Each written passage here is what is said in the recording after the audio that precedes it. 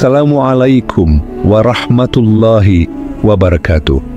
Sahabat seiman yang dirahmati Allah, pernahkah kita berpikir kenapa banyak dari para nabi semuanya berasal dari kawasan yang sama? Apakah ini hanya kebetulan sejarah atau justru ada rahasia besar di balik keputusan Allah? Jazirah Arab adalah suatu wilayah dengan tanah yang gersang, panasnya menyengat, penuh konflik, dan syarat akan peradaban kuno. Tapi justru disinilah risalah langit diturunkan dan cahaya ilahi bersinar paling terang. Apakah bumi ini punya poros spiritual yang tidak terlihat? Kenapa bukan Cina, Indonesia, atau Eropa yang menjadi pusat kenabian? Mari kita telusuri jejak spiritual sejarah manusia, menyelami misteri langit yang turun di tengah gurun, dan mengungkap mengapa Allah memilih Timur Tengah sebagai panggung utama untuk menurunkan wahyunya.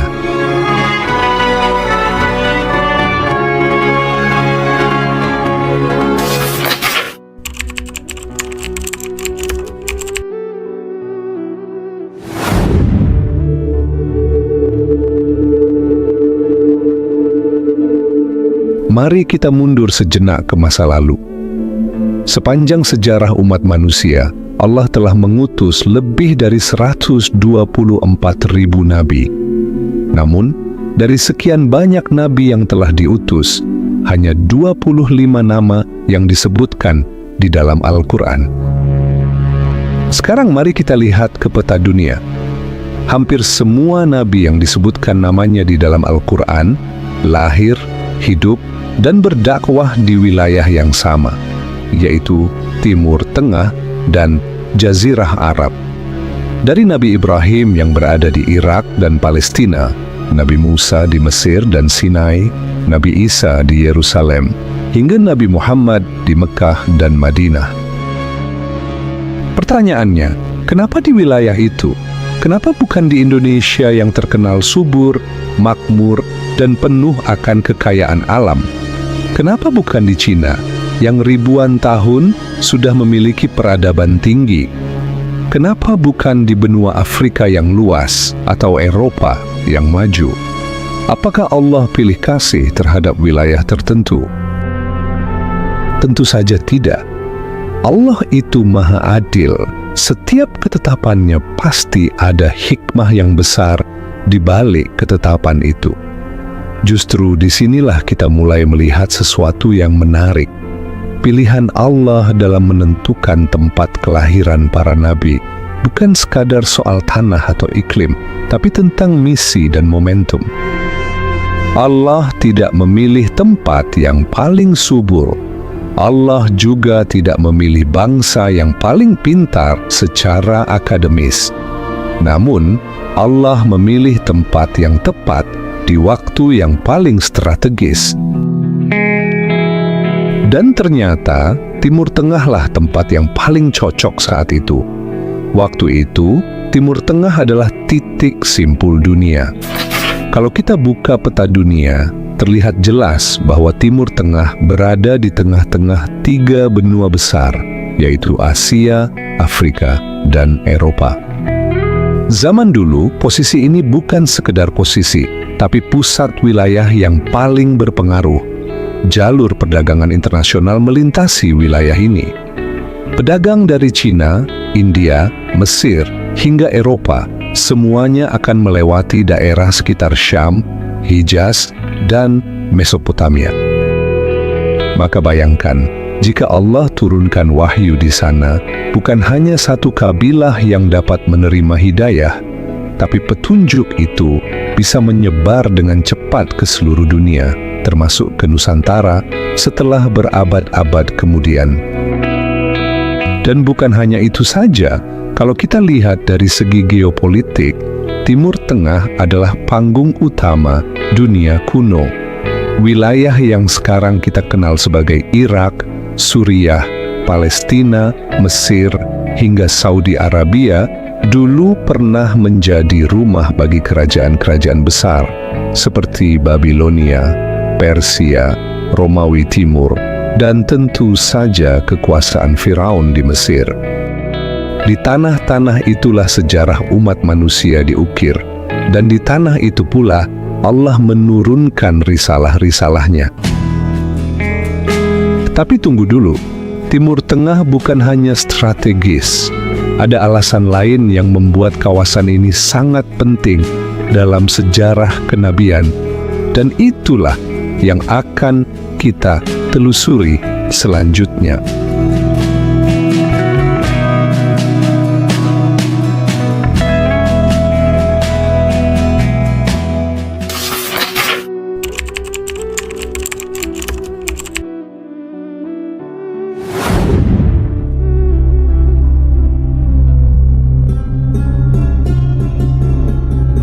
Untuk memahami kenapa para nabi banyak lahir di Timur Tengah, kita tidak bisa mengabaikan karakter tanah dan cuaca di wilayah ini. Sebagian besar wilayah di Timur Tengah memiliki tanah yang tandus, minim air, dan krisis akan sumber daya alam. Tapi justru karena kondisi inilah bangsa-bangsa di sana ditempa menjadi lebih kuat dan tangguh. Orang Arab misalnya, mereka hidup di lingkungan yang keras, panas, dan sering berpindah-pindah tempat. Gaya hidup nomaden membuat mereka memiliki hafalan yang kuat, kepekaan bahasa yang tinggi, serta ketangguhan fisik yang luar biasa. Karena itu, ketika wahyu diturunkan, meski awalnya mereka tolak, mereka mampu menjaganya dengan kekuatan yang tak biasa. Bayangkan, jika wahyu diturunkan di tempat yang penuh kemewahan dan kenyamanan, apakah risalah itu akan tetap tegak atau justru tenggelam dalam godaan dunia? Dan satu hal lagi, gurun tidak hanya keras. Gurun memaksa manusia untuk merenung, gersang, sunyi, dan terbentang luas. Tidak banyak hal yang bisa dilihat kecuali keheningan dan kebesaran Allah. Maka tidak mengherankan jika banyak dari para nabi menerima wahyu di tengah kesunyian padang pasir. Karena kesunyian adalah tempat di mana hati paling mudah mendengarkan kebenaran.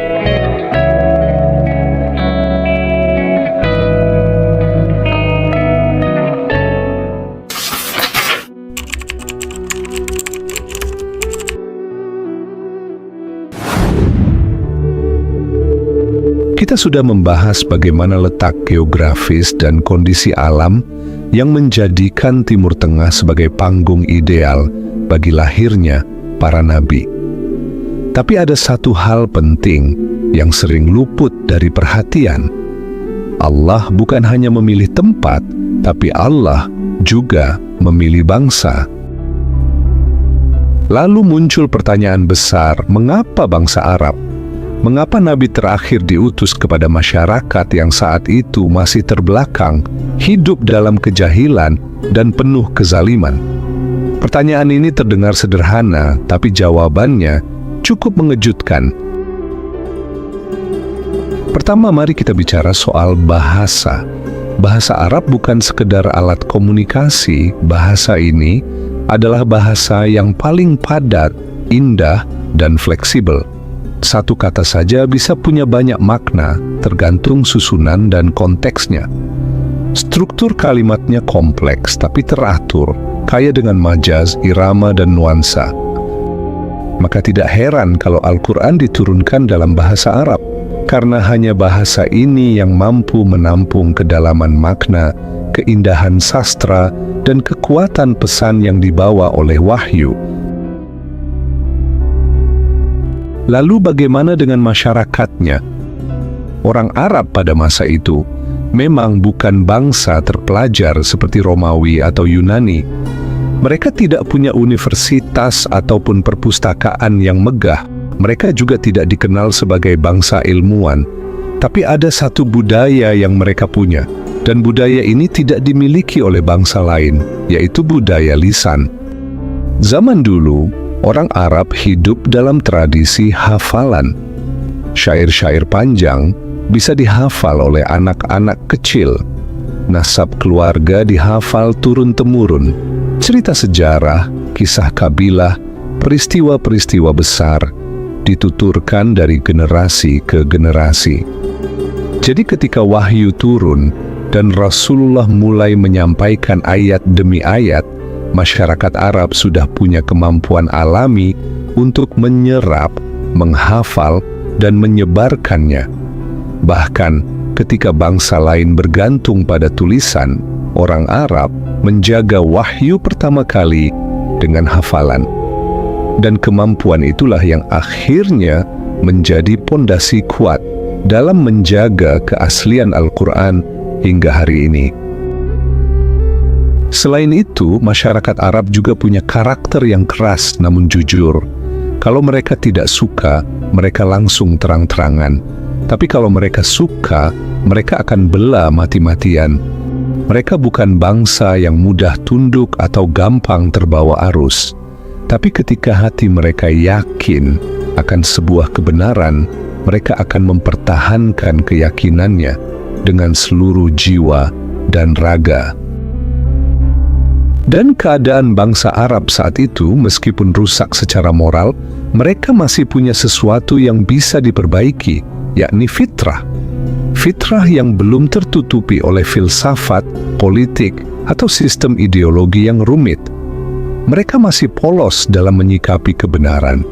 Kalau mereka salah, mereka mengakuinya. Kalau mereka benar, mereka akan memperjuangkan kebenaran itu. Itulah mengapa ketika Al-Quran datang dan ketika Nabi Muhammad menyampaikan risalah, hati mereka bergetar, air mata mereka mengalir, dan jiwa mereka bergerak. Padahal sebelumnya mereka jauh dari kebenaran. Tapi ketika kebenaran datang, mereka langsung berubah total. Kita bisa melihat contohnya dari sahabat-sahabat besar seperti Umar bin Khattab atau Khalid bin Walid radhiyallahu anhuma. Meski awalnya mereka adalah orang-orang yang keras menolak dakwah Nabi, tapi ketika cahaya iman masuk ke dalam hati mereka, seluruh hidup mereka berubah. Dan satu hal lagi, masyarakat Arab saat itu hidup dalam sistem kabilah, yaitu kelompok-kelompok besar yang punya kehormatan masing-masing, tapi tetap saling terhubung. Karena sistem kehidupan mereka yang berkabilah ini, ketika satu kabilah masuk Islam, berita itu langsung tersebar ke kabilah lainnya. Akhirnya, wahyu tidak hanya dijaga, tapi juga disebarkan dengan kecepatan luar biasa. Dan semua itu bermula dari karakter masyarakat yang secara kasat mata mungkin dianggap primitif. Padahal, di balik itu semua, Allah telah menyiapkan mereka sebagai penjaga risalah yang terakhir.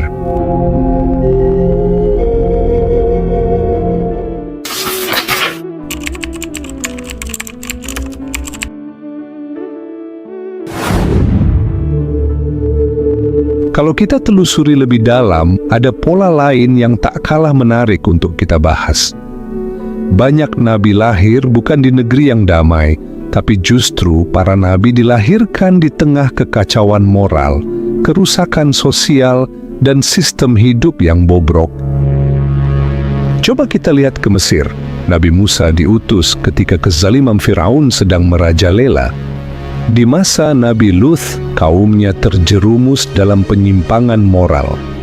Dan puncaknya ketika Nabi Muhammad diutus kepada bangsa Arab yang hidup dalam keadaan jahiliyah.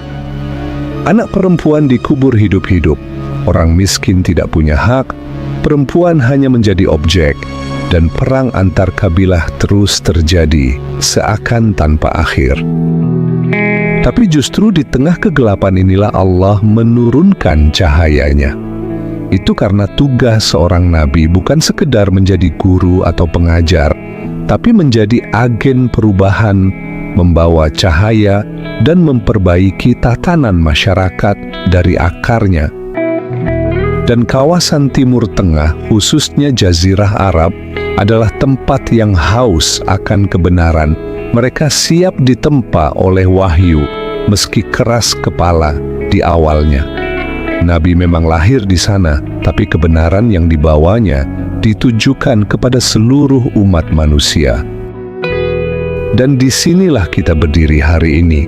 Meskipun kita bukan orang Arab, bukan keturunan para nabi, tapi satu hal yang pasti, cahaya itu telah sampai kepada kita.